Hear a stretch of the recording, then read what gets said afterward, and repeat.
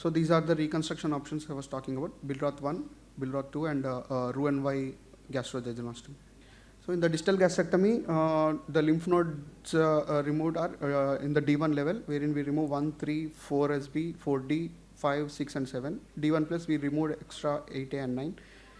We generally don't go for D2 lymphadenectomies in early gastric cancers. Then comes pylorus-preserving gastrectomy. These are advocated for tumors which are located in the mid-body or mid-body region, wherein traditionally it go for a total gastrectomy, and a patient will have multiple issues regarding nutrition, quality of life, and other things. So the concept of pylorus-preserving gastrectomy for early gastric cancers. Initially, this surgery was used for chronic gastric ulcer refractory, which was not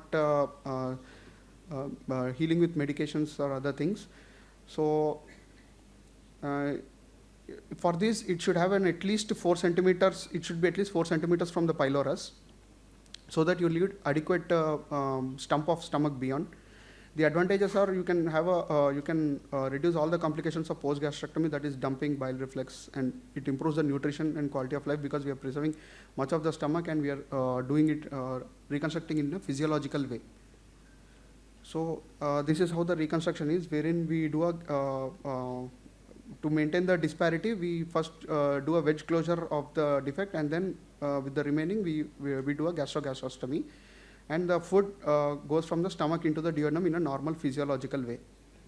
In the pylorus-preserving gastrectomy, the lymphadenectomy done are D1, that is 1, 3, 4 SB, 4D, 6, and 7. 6 generally is recommended in Japanese guidelines for pylorus-preserving gastrectomy. Now the most important concept, the latest concept in early gastric cancer is the sentinel lymph node status.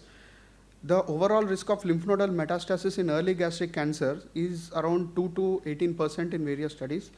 So just for this, doing overall radical D2 lymphadenectomy has been associated with significant morbidity. So they just do a D1. Now the concept of sentinel lymph nodes, early it has started with CA breast, and now it has expanded to almost all malignancies. So this is called a sentinel lymph node mapping, wherein we inject the dye into the tumor status, and we see with ICG camera, and we observe for the sentinel lymph node basins. And if the sentinel lymph node navigation survey, after finishing the lymphadenectomy and we send it for frozen, if it is positive, then we go ahead with traditional standard D2 lymphadenectomy. If it is negative, only the standard D1 lymphadenectomy is enough.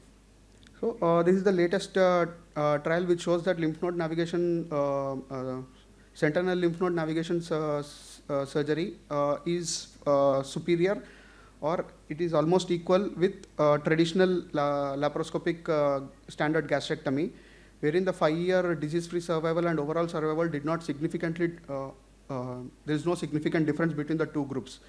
So even the Japanese guidelines have said that lymph node navigation survey has to be recommended as an alternative option for early gastric cancers whenever available.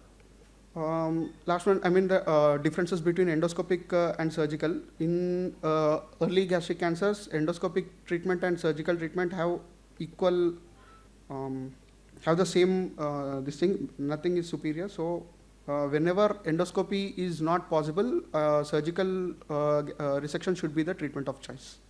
Thank you.